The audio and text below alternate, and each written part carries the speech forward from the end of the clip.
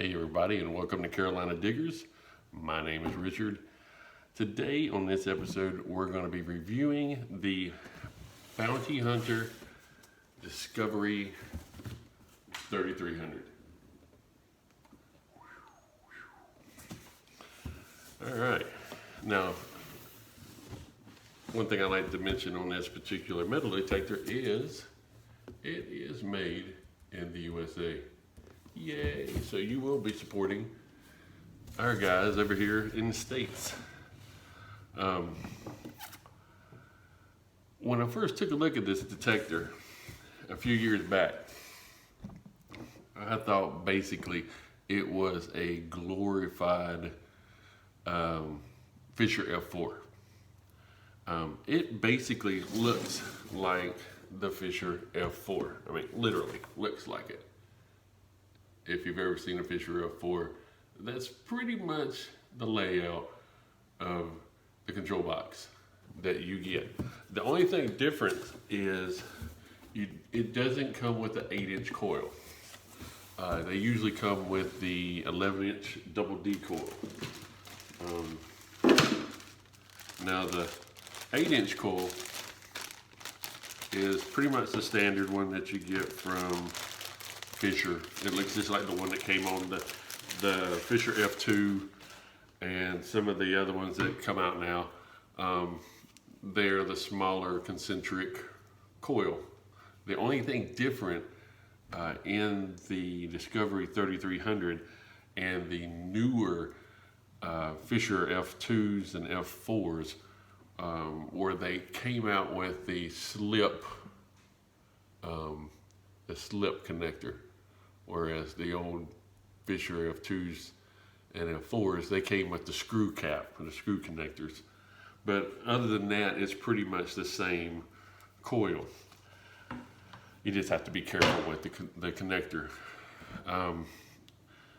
The other thing that I noticed with that I thought originally, like I said, the Discovery 3300 and the Fisher F4, I thought it was basically a what is that called? A re-stickered metal detector. I figured they just took the F4, the Fisher off the F4 and the F4 off the name, and basically just gave them the F4 and they put a whole new face on the front. But the thing that I learned was that the Fisher F4 runs at 5.9 megahertz, and the Bounty Hunter Discovery 3300. I don't know if you can see that or not. If I can get it there, boy, to see it runs at 6.7 megahertz. So they actually tweaked it a little bit, ran it a little hotter, and gave it a totally different target ID. The Fisher F4, it was basically from 0 to 99. And what I immediately discovered when I took this out of the box was it ran from 0 to 126, I want to say. Anything past the 100 mark was big iron, big metal. And when I took it out in the field to see how it worked, it reminded me of using my old F2. It's hard to explain, but when you come over a target like a coin, it literally, and this is going to sound weird to a lot of people, but to me, it literally tones off like a coin. It's sharp. It's like, yip, yip, yip, yip.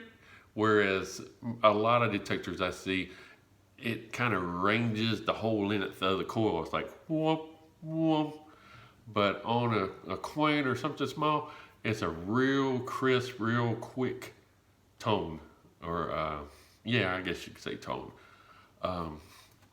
And I like that. Once I figured out what I was doing, because I really have to say I got used to using double D coils, and I forgot how to use a concentric coil. It's been that long. And once I remembered, oh yeah, I'm not using a double decoy. No wonder it's not making that the target as good. Once I remembered how to use it, um, I remembered how much I liked my F2 when I originally started doing these about 2013 or so. Been a while. um, but the thing with the bounty hunter that I do know that it comes with is it has. I'm gonna read off the box just so you know it, and I can show you while I read it. How about that? We'll do that for you if I can see it, because I don't know if I can see it. There, we'll get it there. If you want to, you can pause it, read it, see what it says. But basically, the things that I noticed was the deepest detection. I don't know if it's the deepest, but it hit pretty deep. 9-10 inches was very common on a lot of the targets. I did not do the no motion pinpoint. The really cool thing that scared, well, I'm going to say this now. The one thing that scared me about the F4 originally, and of course this one, since I thought it was the same, manual ground balance. I was not very good at manually ground balancing back in the day. And if I knew that it had a little switch that you could turn and put it in automatic ground balance, I probably would have went with this a long time ago. But it did not. Well, I don't know if it did. Let me put it that way. I don't know if it did or not. But that manual ground balance was a little intimidating for me. The discriminations, they're pretty easy to go through. You just basically bounce them off. It's got the, trying to read this. It's kind of backwards reading it. It's kind of weird. Is this thing even right? Okay, yeah. And while I'm looking at this, it looks like it's backwards over here. Like this is going this way, but I don't know. We'll see it whenever we do it. Yeah, it says it'll large objects up to 3 feet. Whether or not that's true, I'm not digging 3 feet. If it's a Volkswagen out of the ground and that thing's powering off at 3 feet, that Volkswagen's gonna stay right there. It's got 7 discriminations, basically like all the other ones.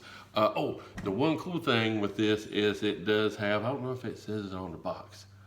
No, I don't think it does. It's got 3 iron target modes. I can't think of what you call it. Maybe it even tells it up here.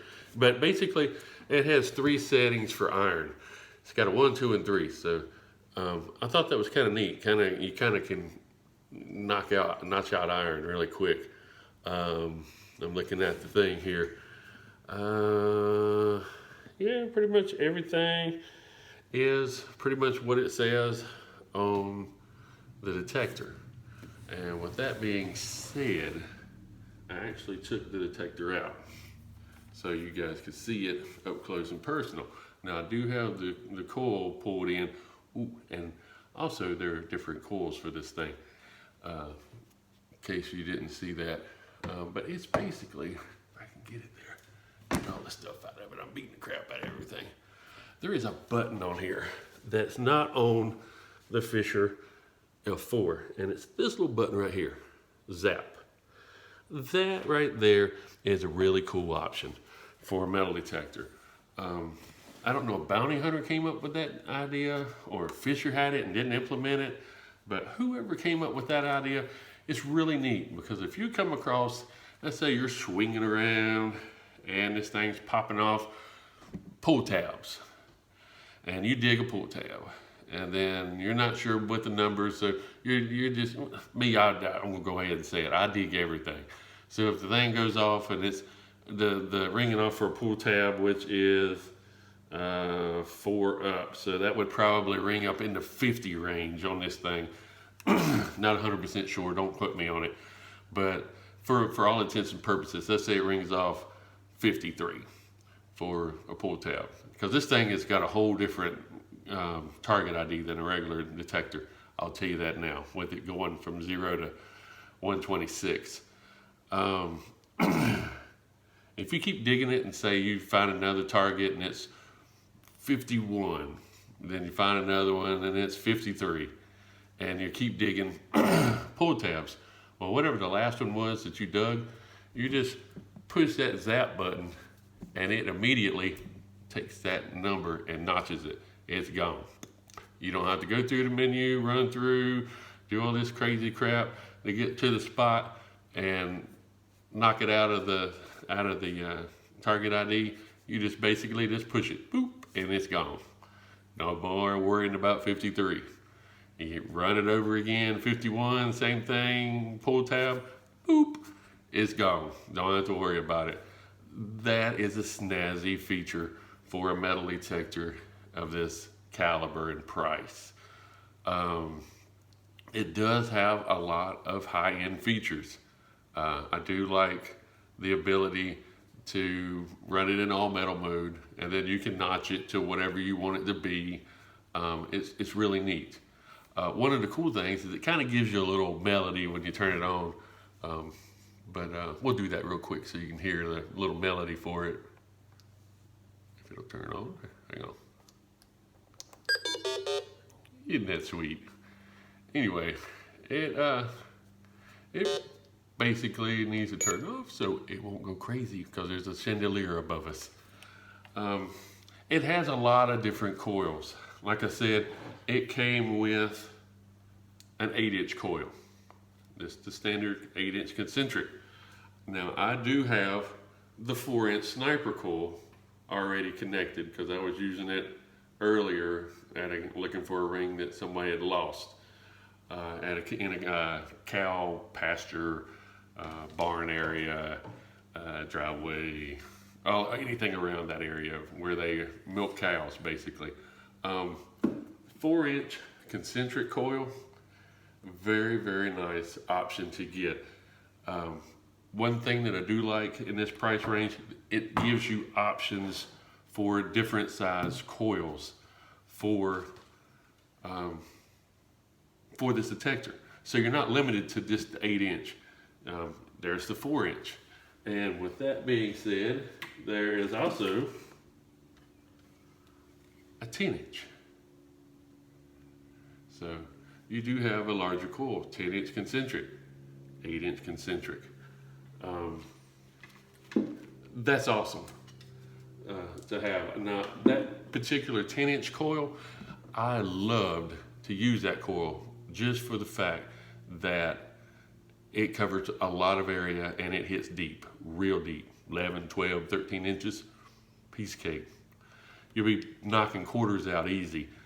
The other thing that I noticed with this coil, I've seen nail and I've seen all the other ones that look and resemble the nail coils for the Bounty Hunter Discovery 3300. So if you want that big giant storm or you want that little butterfly, you can buy it.